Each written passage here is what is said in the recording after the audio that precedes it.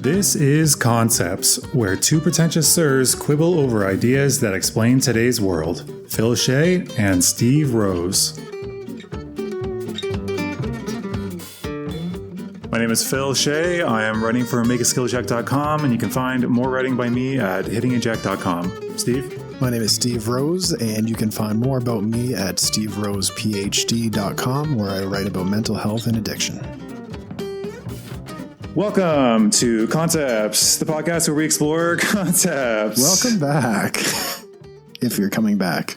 Today, we're going to be talking about force multipliers. So, Steve, do you have any familiarity with this at all? No, it sounds like Star Wars or something.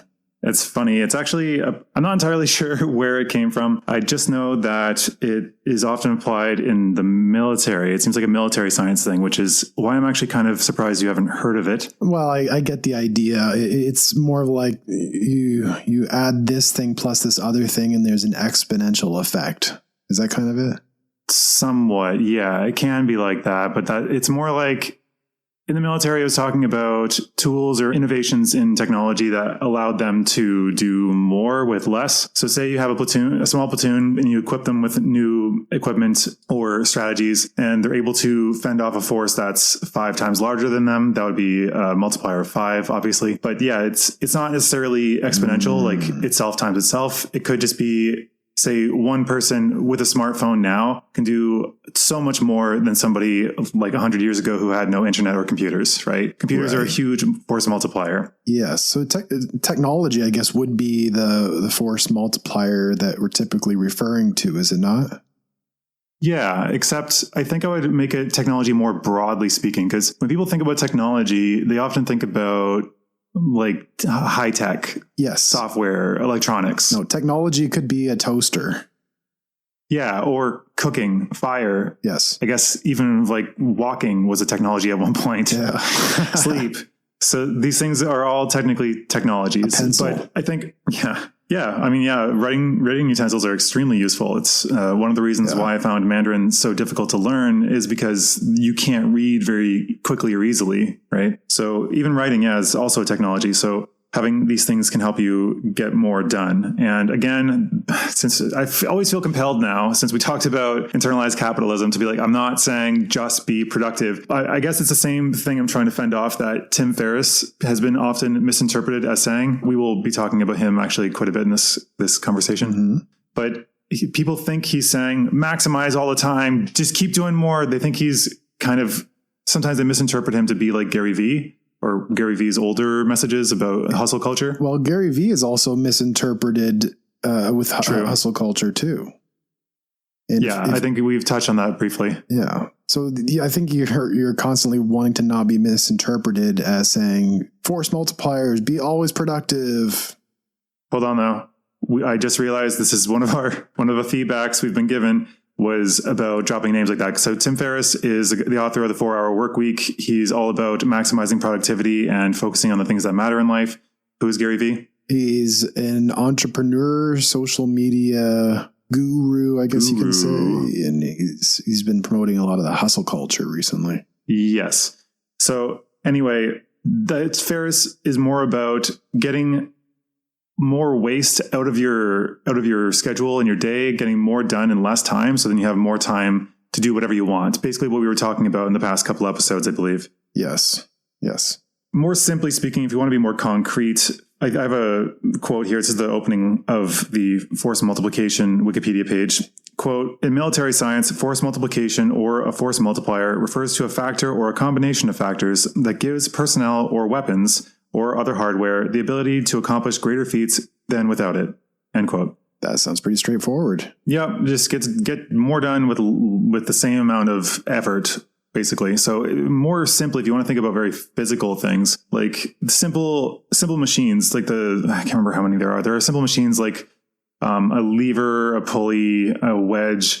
These things are force multipliers themselves because you can put in a little bit of effort and get a lot more out. So for instance, those simple machines are what we think the pyramids were built with, right? With there's a bunch of people moving impossibly large rocks and making them go from point A to point B.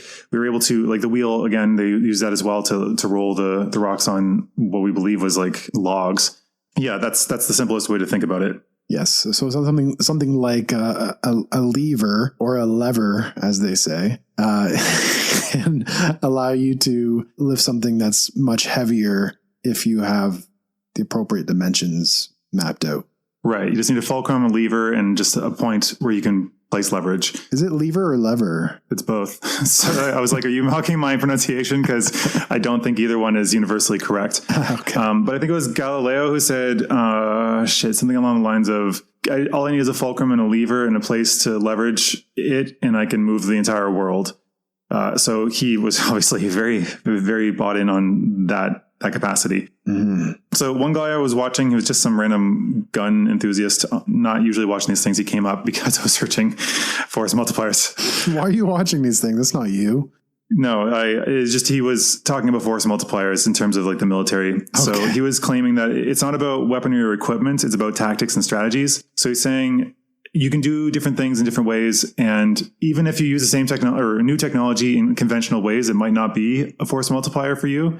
A mine, for instance, might be not super valuable, just one by itself, especially if you don't use it well. But if you bury it somewhere and it blows up while enemy soldiers are going through a region, they have no idea whether they're in the middle of a minefield, if it's just a one-off mine. But whatever the case, it just like makes them scramble and kind of worry a lot more and be more cautious. So that can allow you to have more time by slowing them down. Just by like, say, you know, the funnel that they're going to be coming through, you place like 5 mines, but you do it in such a way that it makes it seem like there could be tons more all over the place. It'll suddenly slow down their movement to at least half pace because they need to figure out where the danger is and not proceed until they can figure it out. Right. Mm-hmm. Got it. Yeah. That makes a lot of sense. So I have some conversational stuff coming up. I'm just going to dive into the Tim Ferriss stuff. I just went really far back in his podcast library, so you can listen to these yourself or read the transcript because he has transcripts for every episode. But his 6th episode was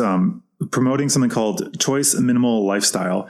So 6 things for more output and less overwhelm is what its subtitle is.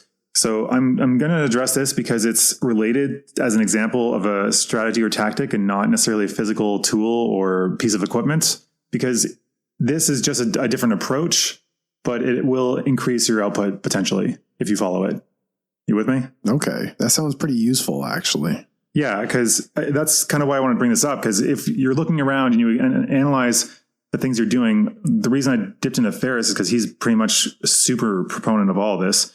That if we are to examine our lives so we can find better ways to do stuff that will get us more with less effort. I love it. So, I do value efficiency. Yeah, I think we all do. As much as you would argue otherwise. I don't know if I would argue that. Yeah, fine. Extremely wasteful. Okay. So he started thinking about this because he came across the book. He was in a bookstore and he couldn't find a particular book and was feeling overwhelmed. And he came across Barry Schwartz's pretty much instant classic, The Paradox of Choice. That book, he remembers 2 important notes that he pulls out of it, which are 1, the more options you consider, the more buyer's regret you'll have, and the more regret in general. And then the more options you encounter, the less fulfilling your ultimate outcome will be. So first, just how many you think about, actually consider buying, will cause you to have more buyer's regret the more you consider. And then just seeing that there are tons of options will leave you feeling like your ultimate outcome is less satisfying. Yes. So for him, he's arguing that attention is currency. And that's, I guess, today more than ever. I mean, people say that for a lot of stuff, but yeah, definitely today more than ever, attention is a currency. And we're like, even on this platform, we're trying to capture just a little bit more of it, right? Yeah. So the question he posed that I have for you is your weekend really free if you find a crisis in your inbox Saturday morning that you cannot address until Monday morning? No, it's not. It's not free. You are chained to the inbox and needing to do something about something. Yeah, and you can't do anything about it. So it's constantly taking up mental space. It's kind of like that quote about, what was it? Anger is letting people live rent-free in your head. It's kind of similar to that, but for the weekend. Yeah, no, completely. Yeah, that's his question, Tim Ferriss's. And he states that time has no practical value without attention. What do you think about that? Time has no practical value without attention. You can have all the time in the world, but if you can't focus on the things that matter, or even just the present moment, or even that, if you're caught in your head thinking about the future, worrying about the past, and regretting something, or trying to mentally prepare for some big thing coming up. There's a metaphor I like to use. It's like trying to drive, but constantly looking at the GPS or the rear view mirror and never actually looking at the road. It's pretty dangerous. For sure. If you can't ever focus on the present moment, and perhaps you'd miss out on many valuable moments and miss out on life. Yeah. Kind of reminds me of something that I heard on a Sam Harris podcast. I just caught up on a bunch of podcasts today, but he was talking about how people would prefer to shut the windows in the airplane and watch something on the screen in front of them than to look outside and see what would be an impossible view 100 years ago. I think it was about 100 years ago, maybe a little bit earlier than that. But yeah, most humans have not been able to see that. And we choose to close the shutter and not look at it. Oh, I choose to look at it. Well, good for you, Mr. Special. The whole time. I just sit there, eyes glued, even with the sun down. I just stare out in the inky void. Yes, because I can, because we're so privileged at our point in history. Yeah, pretty much. But yeah, it is. I think, though, there's a valid point in there that some people like to pretend that the invisible forces that are keeping them suspended, they don't want to think about those things. They don't want to think about them flying through the air at an incredible speed in a tube. So they just shut it out and pretend that they're in the world that they're watching on screen, perhaps. It's kind of like an avoidance coping. Yeah, basically. How does this connect back to the question? Which time is not practical? I'm just kind of a tangent. All right. So, it's probably when I go back and I listen to the podcast, I can see how I connected it back, and it also usually isn't as disparate as I thought in the moment. But right now, I don't know. I'm just spitballing. So he talks about the tools that he proposes for. This is back to Ferris again. That he proposes to follow the choice minimal lifestyle, which to me appears to just be like a form of minimalism, but more abstract than most people think. Because most people, when they think about minimalism, it's just about less things, less physical clutter. So he arrived at this lifestyle choice through the thinking of the following. So 1, considering options cost attention and then cannot be spent on actions or present state awareness. So considering options sort of pulls you out of the present state. In other words, by sitting there, you're thinking about, I could pick this or that, or you're not in the moment. You're kind of living in an abstract realm where you're considering A or B or C or however many things. So it actually distracts from the moment. So the longer you consider choices in general, and the more choices you have, the less you're actually in the moment because you're stuck deliberating. Do you have any thoughts on that? Yeah, it reminds me of picking out gifts for you, and pretty timely because it's my birthday tomorrow. It's your birthday tomorrow, and I recently got into this loop of checking different things and checking other things and comparing them, and like, no, then this other one. And you get in this kind of this taken away from the present. Almost lost my job. Almost lost the house. What? No. Yeah, I'm sure it was so fatal to your life. Oh yeah, no, I get the idea. Yeah, you're scrolling through Amazon or for example, for some people it's Netflix, and you're like, what? I can't imagine you in a grocery store just. That's why it takes forever. That's why I value efficiency. Is because it takes forever to do things where there's so many options that I value efficiency. But you'll love some of these strategies here. I'll say that because we're heading towards them. Well, it saves me time where I can so that I can focus all my attention on making these decisions. But Netflix, people are like, what are we going to watch this evening? And they spend the first hour just trying to figure out what they're going to watch. Oh yeah. Yeah. I actually, I think why I think a lot of the future will be about what's it called? Curating, not offering. So like eventually we'll just have so much stuff that it'll be about curating. And I think a lot of them really fail at that. Like I've complained about this as one of my number one complaints about modern tech companies and media platforms is that they don't like YouTube doesn't sort of okay job, but it kind of radicalizes you. But like Netflix does a terrible job. All the video and movie streaming services do terrible jobs because they have access to everything we watch. Of curating.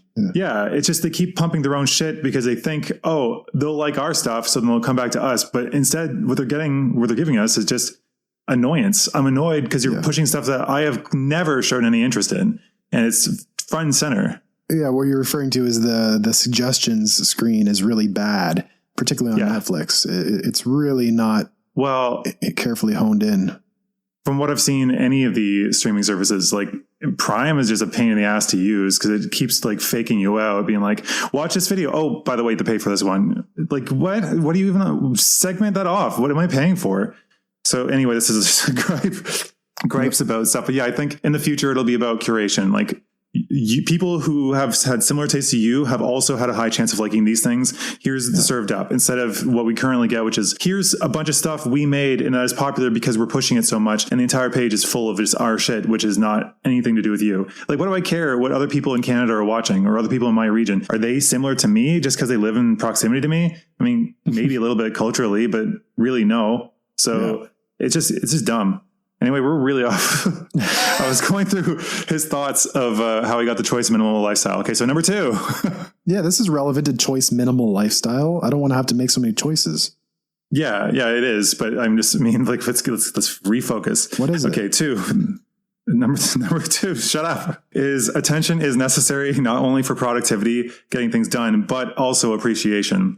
I'm just going to read. There's only 4 of them, so I'm just going to read them all. So number 3, attention is necessary for both of those things, getting things done and appreciation. And too many choices equals less or no productivity, appreciation, and leads to a sense of overwhelm.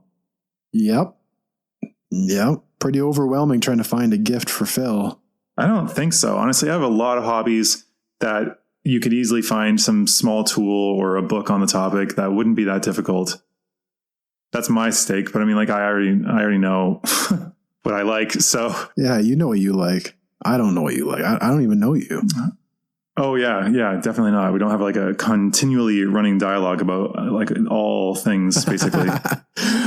So how do you minimize the choices in this 4-step process here? Well, one of the ways actually that he suggested, and this is a technology, is religion.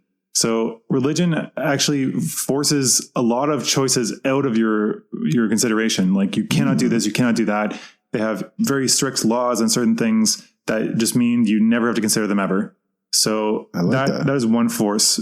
But I'm not religious. I don't think you're extremely religious. No, I'm not religious, but I like the idea of thinking about religion in that way. Let's just say. I mean, they're basically that, right? That's generally how they're the core of them, is usually what you can and can't do, and must not believe, and how to interact with people. Anyway, he comes up with his own rules for non-religious folks. So like you or me, to avoid decision fatigue, which is another concept we've never talked about, but could one day. You'd probably find it interesting, I think. Sure. All right. It seems relevant to this.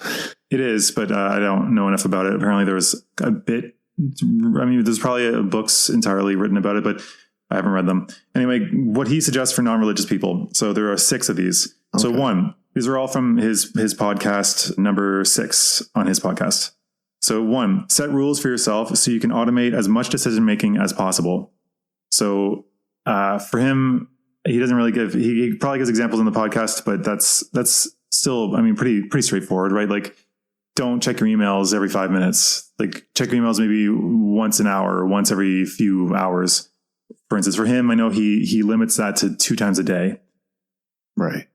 Okay. So having a rule that I only check it at this time and that time, and it takes away the need to compulsively open it up and see, is there anything in there? Is there any new clients, any new money coming in? Well, it's like you and I both, I think we check our numbers for our websites continually. I was just thinking that. Yeah. Yeah. I'm constantly doing that, which is it pulls you out of the moment. I realized that just constantly all this checking is dumb. I did it also with dating apps where you're just constantly checking back, like dating app or website stuff. And you're like, oh, what has progressed so far? But you need to just do other stuff, and it will grow and progress on its own as long as you're doing the right things. Right. So just set rules so you don't have to think about these things. Yeah, so 2 I'm checking my numbers right now, actually. Stop. You always get distracted during these. Okay, so number 2, do not ruminate on decisions until you can actually make them. So don't be like, oh, what about this or that? Unless you have actual input or like some actual strategy that will help you get forward to making a concrete and good decision, don't bother continually to think about it. Yes, I love this. It relates so much to the content I've been doing recently on overthinking. You're going to go further than that, or? I wanted to hear a little bit more about what you were saying before I say something. Okay, well, I was just going to go on to the next rule. Oh, okay. That's all right. Right. So the why behind the overthinking would be psychologically, it feels productive when there's a lack of control or there's uncertainty or there's fear about what can potentially happen. And so this overthinking is actually a coping mechanism like an addiction where it feels good in the short term, like, oh, I'm doing something, I'm thinking about it, I'm doing the problem solving. But as you said, when you don't have all the necessary information or it's not the time to make that decision right now, it really becomes this form of rumination or repetitive thoughts and worry. It sounds just like worry, right? And the phrase that I like for that is, worry is like a rocking chair. It gives you something to do, but it doesn't get you anywhere. Ooh, I like that one. That's exactly what I was pretty much saying. And there's another quote that I have about worry that it's as effective as trying to solve an algebra equation by chewing bubble gum. Yeah. I mean, that's good. I agree. Next one, number 3. Do not postpone decisions or leave open loops just to avoid uncomfortable conversations. So an open loop is like when somebody invites you to do something and you say, maybe, or just, you don't say no. You give them some hope and you don't really say yes or no. It's kind of a wishy-washy response. Well, that's super common. Oh, it's extremely common, but it's dumb because you constantly have this thing in the back of your head. You know, you need to get back to that. And then if you remember it, you feel guilty because you haven't said shit. And then you might just avoid the person because you still haven't given them an answer, or you never really wanted to go. Yeah, this happens all the time. So you pass by them in the mall and then you put up like a shopping bag across your head so they can't see you. These days, wear your mask and pull down, like wear a hat. Yeah, just pretend you didn't see them. So his recommendation for solving this one is to say something like, I'm pretty sure I can't make that. I'll let you know if that changes. Well, that's it. So you basically said no. And if you can, then you come back. But if you don't do anything, then you've already given them the answer. You're not coming. Yeah. So no open loops, meaning there's no like question marks hanging in your mind of like, oh, I should really get back to that person. Oh, I feel bad. I didn't get back. Oh, yeah. These decisions that need to be made and that are constantly leeching attention and possibly causing you to feel a little bit overwhelmed because, I got to answer all these people. Because you keep putting off answering them. So they keep collecting this cloud of decisions that needs to be made eventually. And you just keep putting them off. Yeah. So close the loop, make the decision, say no, be clear in your no. But also leave it open that if you can make it, then you can change your mind. Then you can change it to a yes, but it's not a maybe. You're not going to be in the maybe zone. Yeah. It's a no, but that might change. If something changes, I'll let you know. Yeah. That if a decision has to be made, like you have to purchase tickets or something, then just say no if you're really not into it and you can buy them later, I guess. Yeah. Don't be like, maybe come. And then they buy the tickets expecting, because they take the maybe as a yes. Oh man, I hate that where people will say, yeah, I'm into it. And then when it comes time to actually pay, they're like, oh, actually I can't make it. And like, you owe me money. You have to pay me now. Don't go. I don't give a shit. But if I can sell it, great. But you're paying me the full price. Did something like this happen to you with like a bachelor party last year? They were demanding pay up front. And I was like, I don't really feel like at the time I was living with my parents who were both over 60. And I was just like, I don't think I want to go to a bachelor's party to risk in the middle of the pandemic. Yeah. COVID. If people listen to this far in the future and they're like, what's so risky about going to a bachelor party? Yeah, we were still trying to figure out the disease. It's still being figured out now for whatever reason. But yeah, they wanted me to pay a certain amount up front. And I was like, yeah, I'm definitely out. When they forced me to pay, then I was like, then the decision's made. Cause like, if you need a decision now, then no. So that was just how it ended up going. Yeah. This next tip, number 4, I think you will find particularly useful for the grocery store, which is just learn to make non-fatal or reversible decisions as quickly as possible. So if it's not going to kill you and it's not going to be irreversibly damaging and the risk is really low, the risk is, by his definition, some irreversible negative outcome. If the risk of something like that happening is very, very low, then don't even worry about it and just choose something. Anything is fine. Oh, and he proposes...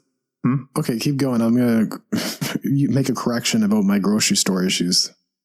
Okay, well, he suggests 3 solutions that might help this a little bit more. One is setting time limits. So you can only deliberate for 5 minutes, and then whatever your thoughts are, you have to make a choice at that time. 2 is limit the number of options. So the problem with the whole Netflix thing you're talking about is they have hundreds of movies, and you're like, I don't feel like that one. I don't feel like that one. You can do that all night. That could be the entire hobby. So just instead say, we're going to look at 3, and then of those, we're going to pick one. Okay. And then finally, the last one is a financial threshold. So you can only spend X amount of dollars. So that's it. So for him, it was with his personal assistants, his employees. They kept pestering him about like, wow, should I do this or should I not do this? It'll cost $20. He's like, if it's less than $100 in cost to fix or less than $100 at risk of loss, just do it. Don't like, the customer is our customer. I am not your customer. Just do what you think is right. I remember him talking about that in 4-Hour Work Week, where giving the assistants clear rules about how to operate allowed them to have that freedom to not have to check in with him every 5 seconds and therefore distracting him and taking away the time he can spend doing other things. Well, it was not only the clear rules, but also giving them a level of autonomy. They can make their own choice. It's not rules as in like black and white operate this way, but rules as like, here's a decision-making guideline. Follow this, use your discretion. Yeah, exactly. So what were you saying about your misunderstanding of the grocery store? None of this helps me with the grocery store. No? It's not about not being able to make a decision about what I want. That's not the issue because these things are discussing that as the issue. My issue is I don't know where to find things. That's because you're not there enough, apparently. Yeah, so it's like I'm like looking at the signs and then I didn't see it. So I went all the way to the other side. I'm like, I have to go back, and I didn't see it again. So I'm walking back and forth looking at these signs, and then finally I'm like, oh, that's the right sign because I'll miss it. So it's like, where's the cereal? And I didn't see cereal on any of those signs. And after going back and forth 3 times, then I'll find the cereal aisle. And then I'll go to the next item, and then it's like, oh, that one's way across the other side. Oh, so I have to go way on the other side. Would you say that your mental maps are not super great? I don't know. It's just like you have to go all the way across the store like 10 times. And so the walking takes forever. No, because for one, grocery stores are all laid out in almost the same way. And for 2, if you know what you need and you have a list, you can organize a list so that you don't have to backtrack at all. You have a one path through. Okay, so like when you first walk in, it's almost always going to be produce and fresh stuff, like grocery stuff, right? Fresh kosher. Well, that's the ideal, is that you organize it by categories. But it doesn't always work out that way in practice, because sometimes there'd be like, oh, the one thing you forgot from that category. So you have to go back, and then, oh no, there's the other thing I forgot from this other category. And then you mix them up when you miss something. And I'm assuming you don't have a list in your hand. Sometimes the list even makes it difficult too, because sometimes you just forget something and then you have to go to the other side again. Okay, then I don't find that as an issue, because I guess I worked in a grocery store, but I think I came up with an app idea, which please somebody take this, steal it and do it, because it'll be a force multiplier. Yeah. I'm just thinking, okay, you can put in your grocery list and the location you're going to, and then just say like, this is what I'm looking for. And then it gives you, like a GPS, gives you a walking map of the store. Yes. And be like, okay, this is there, this is there, this is there, this is there. And I guess they'd have to update, because I think they have in their database where things are stored on shelves, because they make deals with companies and brands of which level it's going to be put on, because they have to pay more to put it at eye level. And so I imagine you could probably do this because, for one, the grocery stores will benefit because it'll have an easier flow of customers going through it. And the customers will like it because, again, it like streamlines this shit, but also can help you with maybe deals if they were to incorporate that in. So perfect. It would like organize the list based on the floor plan. And then you would just simply walk around like a GPS, and you'd be like, first item, cling. And you'd like check it off as soon as you get it. And like, perfect. Yeah, that'd be great. Yeah, that'd be amazing. But my one friend thought it was implausible because he didn't think grocery stores would go for it. If you're a small grocery chain, do it up. See if it can work, because it seems like it. Well, I mean, the whole software development side is sticky, but it just seems like something that would be extremely functional. Same, especially with like malls. Malls are so unwieldy at times. So unwieldy. I think grocery stores are bad. In a mall, like that's even worse. Okay, so number 5, do not strive for variation and thus increase options when it's not needed. This is something I should probably focus on. Routine enables innovation where it is most valuable. Yeah, you should focus on some structure there. Well, I do now. Like I have my days relatively structured. Yeah. I mean, I find structure to be a bit chaining at times. I like the ability to flex and do whatever. I mean, flex the schedule a bit by making it not flexing change. Like your muscles.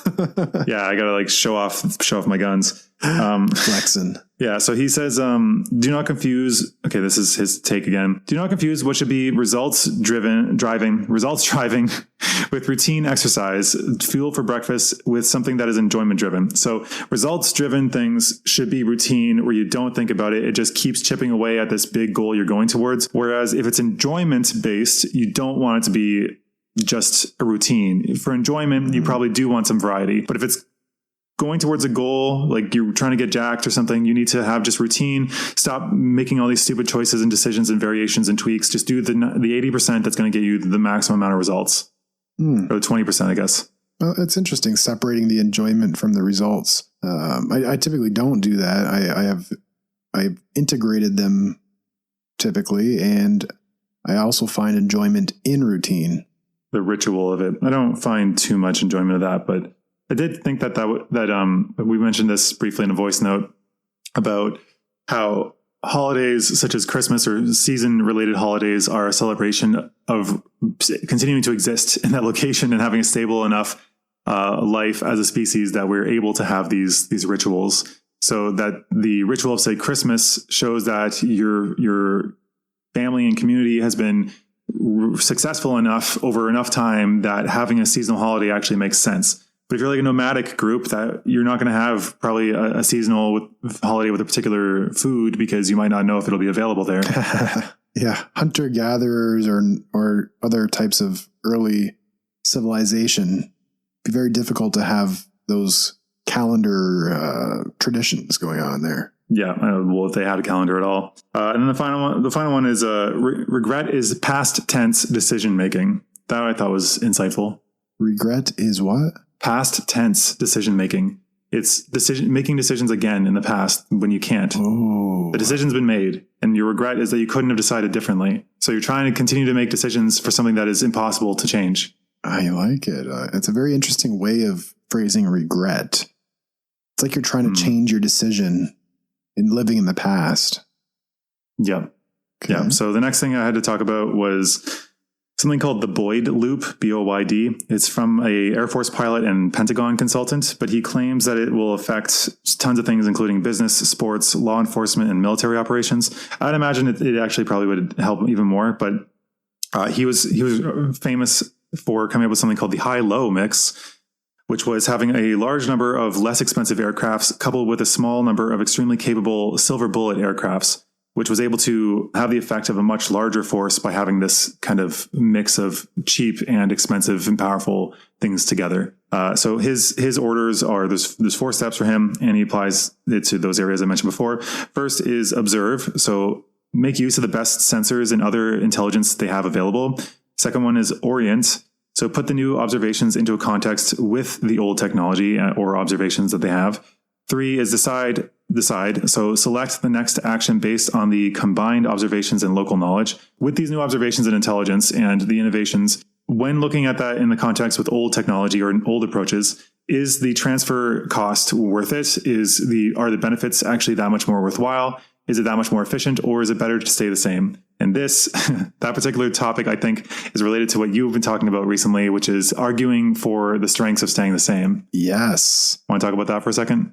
The way I talked about that was more so in the motivational realm. Like if you're talking about change with someone, it's tempting to just go into, here's why you should change.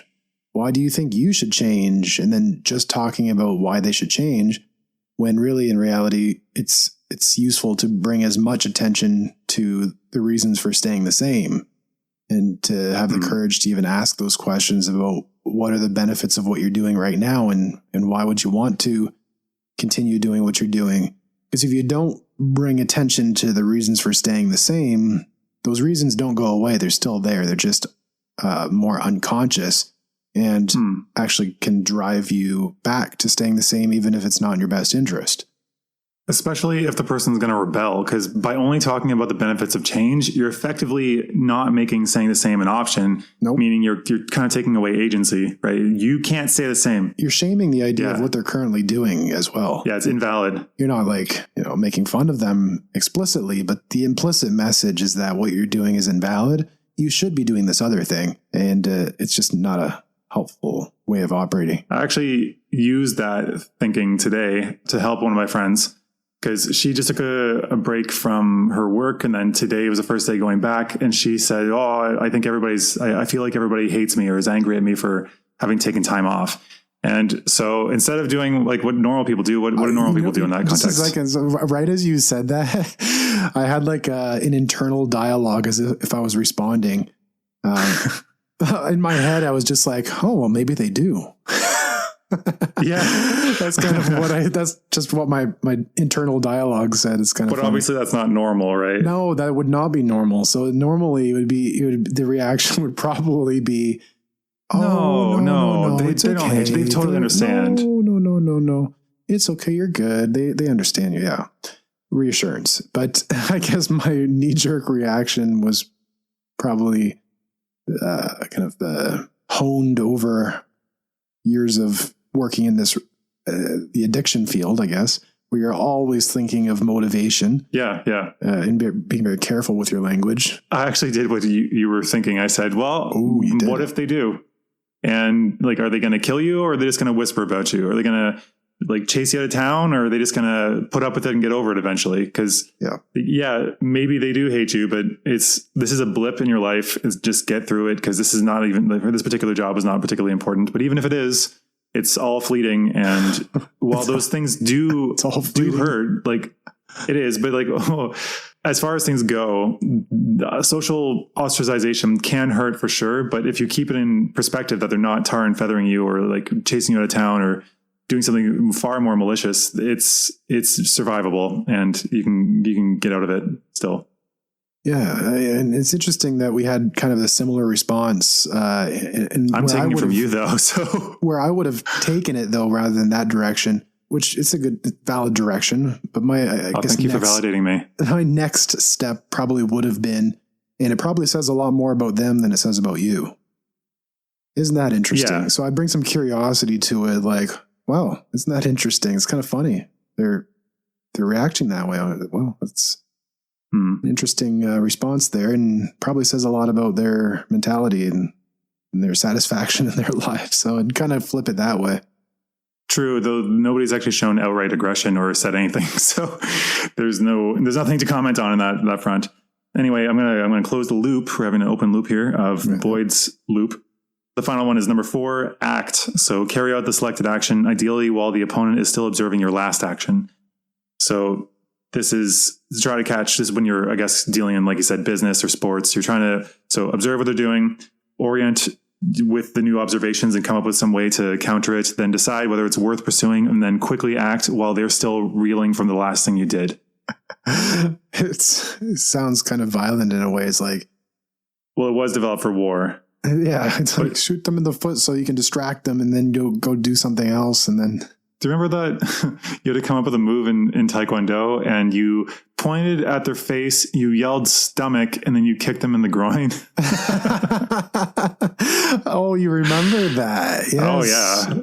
No way. So that's perfect. That's kind of our juvenile Taekwondo move that we came up with. Yes, you disorient the person so much by pointing in one direction, looking in another direction, and then actually kicking in the third direction. It's kind of like doing rock, paper, scissors and saying, I'm going to shoot rock. I'm going to do paper. And like, are you telling the truth or not? They have to decide. And if you keep with like judo, for instance, with that, you wanted to, you did Taekwondo, I did judo. Judo, you were supposed to like set up a rhythm. So like you keep kind of jerking them to the right a little bit, like 1, 2, and then they are suddenly subconsciously following this rhythm and resisting because they're trying to resist your force. And so you know that on the third count, they're probably going to lean in the opposite direction, equal to the amount that you were pulling to the right. And so when they lean that way on the third count, you would throw the opposite direction. So pull to the right twice and then throw to the left, because it'll go with their own momentum. This is verbal judo. This is exactly what we were talking about before. Yes. When we were talking about the motivation and communicating and leaning into to fears or things that are involving staying the same, by leaning into that, you're doing that same judo move in a way. You're using their own momentum. Yes, exactly. Yeah, that's clever. That's actually also what that guy I sent you, Yuri Bezmenov. He's a controversial figure because he's a former Russian spy, and he talks about their intelligence tactics to try to destabilize other countries. And he's talking about how it's essentially this, using the momentum of the culture to push it off balance and make it so it's people will lose their bearings and start fighting each other. So for instance, talking in North America about the different social issues like race, sexuality, gender, and really playing those up because the momentum's already there. People are already seeing these things, or rich versus poor, boomers versus millennials, etc. Just these trends already exist, but they see them and try to capitalize on them by throwing gasoline on the fire as much as they possibly can to distract, basically. Yes. Using the society's own pain points and momentum, fueling that to divide the country. Or like COVID, actually. COVID does the same to some degree. So people who say, I don't need the vaccine. Polarizes people. Well, no, I meant the virus itself. Oh, okay. So people are saying, I don't need the vaccine. I have something called an immune system. My immune system's strong. But the problem is that some viruses, including COVID, like have you ever heard the whole cytokine storm thing in the news? That's essentially a very strong immune system overreacting to the virus and not... It generalizes the attack, so it starts attacking your own body. And in some cases, it attacks the person's own immune system, attacks their own organs until organ failure and death. So their own body, their strong immune system kills them because the virus is making it confused and doesn't know what to attack, so it attacks everything. Oh, that makes a lot of sense.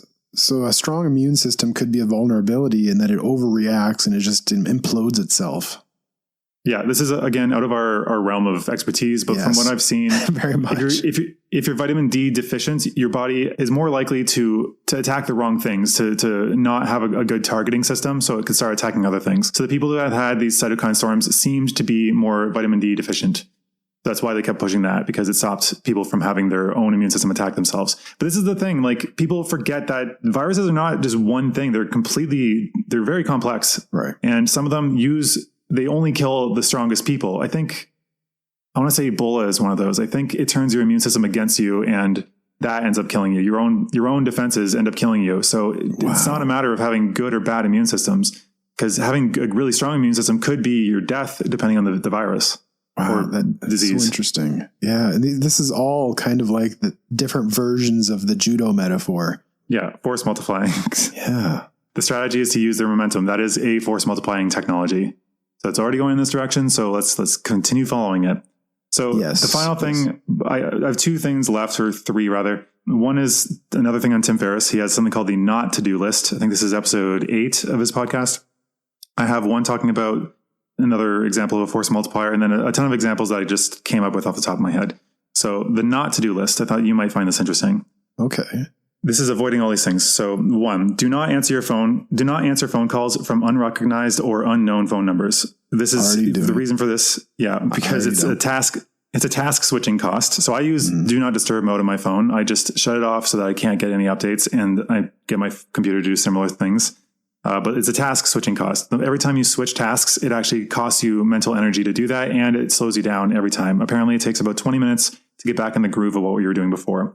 Wow. But also he points out that answering a phone call from an unknown person puts you in a bad bargaining position, because you have no idea who that is. And if they're trying to sell you something or make a deal, you have to think on the spot, which isn't great if it's a big decision. Yeah. Number 2 is do not email first thing in the morning or last thing at night. So first thing in the morning gets you being very reactive. You can't really center yourself at all. And then first thing at night can cause you to be up late at night and restless, rolling around. For the same reason that question about getting a bad email on Friday can ruin your weekend, this will ruin your nights. Right. Okay. Number 3, do not agree to meetings or calls with no clear agenda or end time. Emphasis on the clear agenda or end time, because you know how business meetings, we've never really lived that life too much, but business meetings can run long. They didn't really get anything done. There's no clear agenda. They just want you there for the sake of being there. And if you're in a position to say no, then by all means, please do. But exactly. I mean, most people are just kind of forced to be pulled into it. Mandatory meetings. Yeah. But if you have that option, that's a really nice rule. Yep. Number 4, do not let people ramble. I gotta lay down the law on you there. He's specifically talking about small talk. So he says small talk takes up big time. Oh, we don't do that. I don't do small talk too much. We actually never ask, how are you doing to each other? I will ask what's going on sometimes because you don't tend to volunteer too much of your life.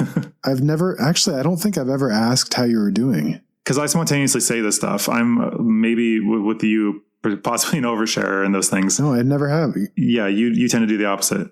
Isn't that strange though? Because if you think about any other person, you would just naturally be like, hey, how you doing? I don't think I've ever asked you that question. Well, I mean, we're in constant communication, so you know what's going on and you generally know how I am. I would never just send a text and be like, hey, how you doing today? Just checking in. I mean, if you have constant communication like that, then you know what's going on in their life, you know what they're thinking about, their worries, and generally how they're doing. Like today, I was blowing up about that friggin' bank not accepting a wire transfer because their system seems to be outdated and not in with the times. So like, you knew that I was like off kilter from that. That was actually not a great start because they called me from my bank and being like, you got this transfer. I'm like, finally, I'm getting paid from something that I've been waiting for like 4 months. And then they're like, oh yeah, by the way, we can't do anything about that. And it's not coming in. And you're like, oh, great. Thank you. Frustrating. Thank you for that. I need that money ASAP to pay bills, but you have great. Nothing you can do. Great. They weren't even apologetic about it. They're just like, yeah, nothing we can do. I'm like, you have like no customers. You're in a small town, single location bank. Like, what am I even doing with you? Why did I inherit this account? Anyway, I don't know why you did that. That's me rambling. Okay. So back to the, we gotta check that. Stop rambling there. Yeah. All right. So next is an elaboration of the last point. Don't let people ramble. What he recommends for asking questions is go from, instead of saying, hey, how's it going? How was your weekend? Instead say, hey, what's up? Or I'm in the middle of something. What's going on? So getting them to the point. Stop like beating around the bush, talking about the weekend and kids and stuff. Instead, just be like, so what's happening? Where are we going here? What's the purpose of this call? And not doing it in a rude way, like, what do you want? But more like, hey, so what do you want? Yeah. Yeah, I'm in the middle of something. What's up? Yeah, I like that question a lot better. When I ask of people in greetings, it's usually, what have you been up to or what are you doing? Rather what's on than your mind? How are you? Because when you say how are you, you go through the formal small talk. Well, you go through the fake talk though. Like nobody actually gives you real answers during that. It's just filling the air. And in my while job, social niceties. I don't ask that in my kind of crisis call job either. Really, I don't start conversations with how you doing, mainly because it's not fitting to the role because the answer is always terrible and it's awkward because then they say, oh, it's terrible. You? And I'm all great. And then it sets you up. Yeah, fantastic. Thank you. Fantastic. It's a nice day. No, so I don't do it there because it doesn't have a favorable outcome when you ask it. You ask what led to the call today. What would you want to get out of our conversation? And those are more practical questions. We've talked a bit about social niceties before of like just wasting time with them. Wasting time. How we can better focus them instead of saying like, what do you do? Because that's such a loaded question. That seems like you're evaluating their value as a person. Do? And the one I like to ask, how do you spend most of your time? Yeah. How do you spend most of your time? Or if you want to avoid the work one, you can say, how do you spend, or if you already know that, then you can say, how do you spend most of your free time? Your free time, you can avoid the work question. Yeah. Yeah. There you go. All right. Number 5, do not check emails constantly. Batch checking emails and check at set times only. So I liked this reframing of it. He said, email is everyone else's agenda for your time. Yes, it is. Yeah. Everyone's just like, hey, do this thing. Hey, I want this. Hey, hey, hey. As my email sits open in front of me. What do you really can't focus. Okay, so the next one, or the next part he says about this is for batching. Batching is one of the things he does a lot and promotes a lot for saving time. Make a giant meal that you can keep going back to and like dipping from, so you don't have to keep making every single meal. Meal prep. Just cut down on time, yeah. But also, like, you wouldn't run your dishwasher if there's only 2 dishes in it. So wait until things reach a critical mass, like emails. So you go back and check instead of interrupting what you're currently doing. Just keep trucking away until the set time, then take that set time to go through and respond to the emails that have come in. I love the batching idea, and I do that for my Instagram. I'll do like 3 months worth of Instagram posts in like a matter of hours with the help of Adeline doing the graphic design. But we just pump them all out, schedule them, and forget it for another few months. Do you find much return on the Instagram whole thing? I don't really find it worthwhile a lot of the time. It's something that you kind of need to have, but it's not really a priority because it doesn't really lead to a lot of the dollars and the traffic and all the rest of it. It's kind of a nice to have marketing thing in place, but for me, it's not the primary priority. Which is, I don't know. I'm not even convinced it is something that you need to have anymore, because all these platforms used to be like, oh, something you should have, but like Facebook used to be that and not anymore. Instagram, maybe. Depends on your thing, I guess. But it depends. If it's more visual, then yeah. Next one is number 6 out of 9. Do not over communicate with low profit, high maintenance customers. So this is more business oriented, but high maintenance customers are a huge time suck. I think we've talked about this before with the book, The Pumpkin Principle. Just these customers can take up all your time and they're not really getting you anything else. So basically he says, like, make a hard line. You can own this amount of emails per day is appropriate. So whatever that is you want, this type of communication, this minimum order size. Otherwise we'll redirect you to some other company that can fulfill your needs. Just firing your customers because they're not worth it necessarily. Yeah. Love it. 7, do not work more to fix overwhelm. Prioritize. If you do not prioritize, everything seems urgent and important. Yes. So letting the low priority things fail a little bit, and then focusing the attention on the high priority items. Yeah. Again, the 80-20 rule, stop chasing everything, because overwork can balloon indefinitely, where you stop seeing your kids, your loved ones, or any semblance of a normal life. Yeah. So you have to basically say, okay, I'm just going to get this thing done, and these are some nice to haves, but I'm clocking out at this time regardless. Exactly. Yep. And the perfectionism makes people I have to do everything. I have to have all of the social media done. And so I do this by focusing the attention on the articles and then letting the Instagram lag a little bit. Yeah. And that's also why I kind of push back on the Instagram gotta have it. Because you just pick some mediums to go for. But people that think that these are all important end up doing all of them, and then they end up not doing their main work and just focusing on the social media side, which the return is super low. So it's not really worth doing. In this way, I guess a force multiplier could be a virtual assistant, hiring somebody to manage that for you and just reviewing and making sure they're doing the right thing and letting it go. Yeah. Yeah. So force multipliers, as in, virtual assistants are huge for that, and not something I do. Yep. I think it's something you should reevaluate. Ah, shit. I said should. Damn it. Should. Are you shitting on me? You're not. I highly recommend getting a virtual assistant of some sort, some sort of outsourcing. Number 8, then. If you had the time to verbal judo me, I know you would be a little more savvy with that one. Yeah, I'm just trying to get through this because we're running longer than I thought we would. Yeah. 8, do not carry a digital leash at all times. So he has this quote of this guy. They had a coworker that was always on and always available and expected everyone else to do the same. And the response to that coworker was, quote, "I'm not the president of the United States. No one should need me at 8 p.m. at night," end quote. Nice. Yeah, because it is this inflation where like the 40-hour work week we got, and then it's slowly been slipping and eroding away as time goes on. And for some reason, people don't see that like this was a victory of collective action back like in the, I think 70s, 80s. I can't remember when that started, but then it's been slowly disappearing. And now people see a 40-hour, like a strictly 40-hour work week as being a luxury. Like I see that kind of as a luxury because I always feel like I need to be doing something. And if I'm not, I'm feeling guilty. So I even have like those tendencies of internalized capitalism. Oh, same. We both do, I think. Oh, yeah. Yeah. Oh, yes. I was up late last night writing an article. Yeah. And then up early again this morning writing the article. Oh, I'm just obsessed with articles. All right. And then they got to fix it around your schedule, right? So number 9, the final one is do not expect work to fill a void that non-work relationships and activities should. So he recommends scheduling life, cool activities, and defend those just as you would an important business meeting. So once you have something for downtime set, something, even if it's just doing nothing is a valid pursuit if you need recharge time. Defend that as though it's like a vitally important business opportunity, because it is. If you keep burning the candle at both ends, you end up having physical problems, mental problems, and probably going to crash and burn. So as Steve could probably definitely attend to, not personally. Oh, yes. Yes. Lack of self-care in persons suffering from mental health and or addiction issues. Yes. Do you come across a lot of workaholism? Is that really a thing? Yeah. Yeah. That's a common one. Really? Huh. I never thought that people would seek help for it because they're just like, I'm just being productive. What's wrong with that? Like the entire society.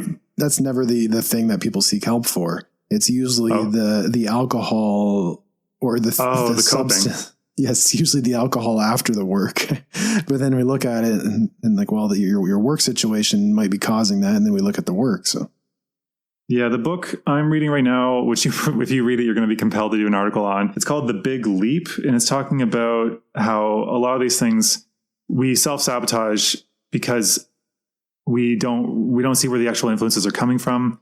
How am I tying this back in? Oh, he was saying that all arguments about money and relationships are never about money. They're almost always about something else, usually because the person feels that maybe they don't deserve the success or they're too happy. And it seems to be encapsulated in the phrase, I'm a deeply flawed human being and I don't deserve this.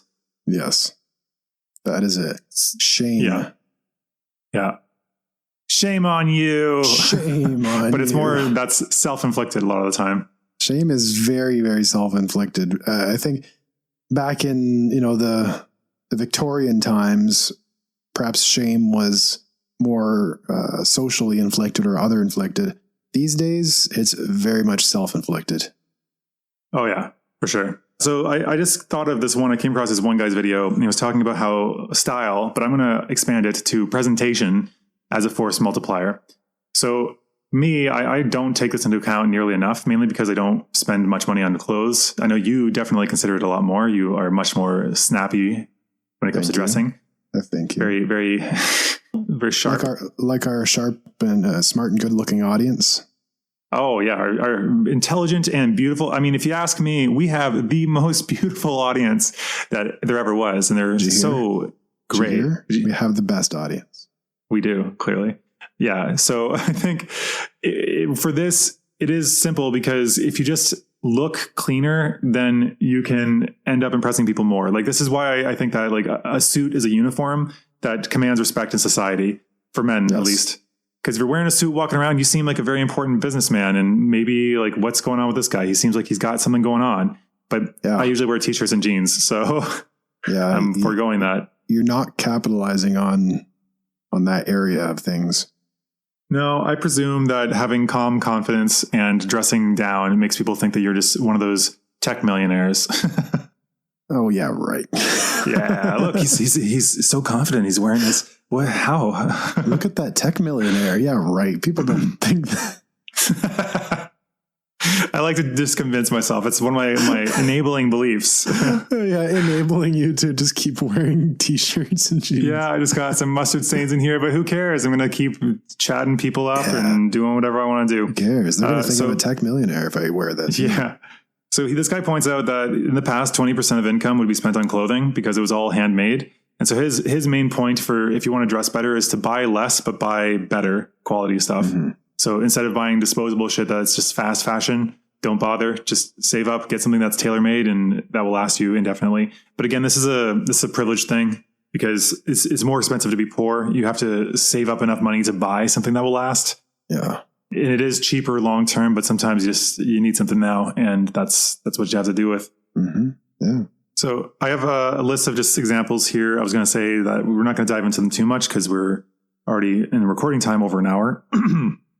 But I thought notable examples that came up in this brief research was leadership, obviously, especially leaders of leaders. I think a lot of leaders are insecure about training the people below them to be better leaders because they think that they're going to take their position, usurp their power.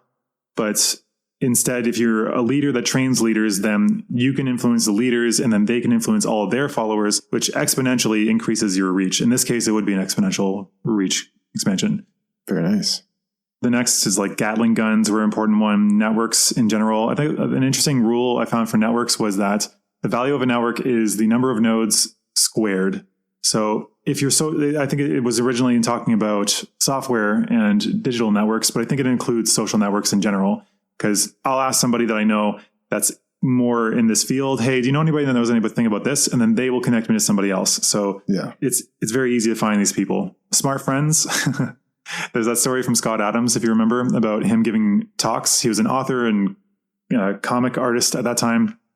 And a company wanted him to give a speech, but he didn't want to because he had to fly to Canada and he wasn't really confident about speaking. And so he talked to his smart friend and his friend who had done enough in this field giving talks. And he said, what should I do? And they said, okay, well, how much would it be worth for you to go there? And he said, I don't know, like $5,000. And he's like, yeah, then ask for that. So he had to practice repeatedly trying to say $5,000 with a straight face as though it was a serious number because he couldn't believe that somebody would pay for that. And so they called up a week later after he practiced a lot. Hey, how much would it cost to get you there? And he said $5,000. I said, great, we'll get you the flight for tomorrow and we'll put you up in the hotel. And he was just like, whoa, because he wouldn't have considered it otherwise. And then he found out that it could actually be very lucrative.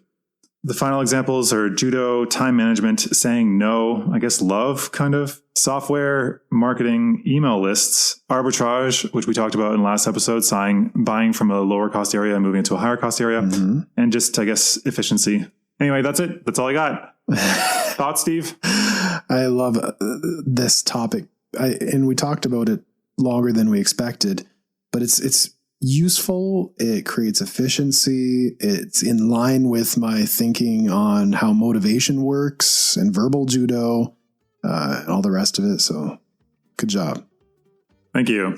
So I think the takeaway is look for force multipliers in your life. What things could you stop doing that would save you time? Or what things can you outsource? What things can you do in a different way? Are there tools or consultants that you can pay for?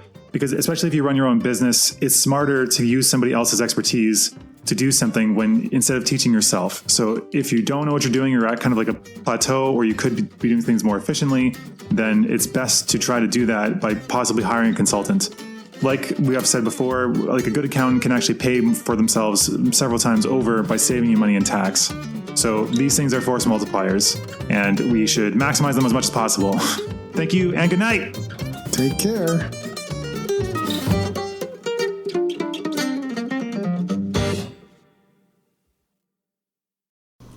So I guess I'm going to go first today. Yep. As usual. As per usual. Also, Steve thought this topic would be boring and didn't want to hear about it. And look how surprised he was.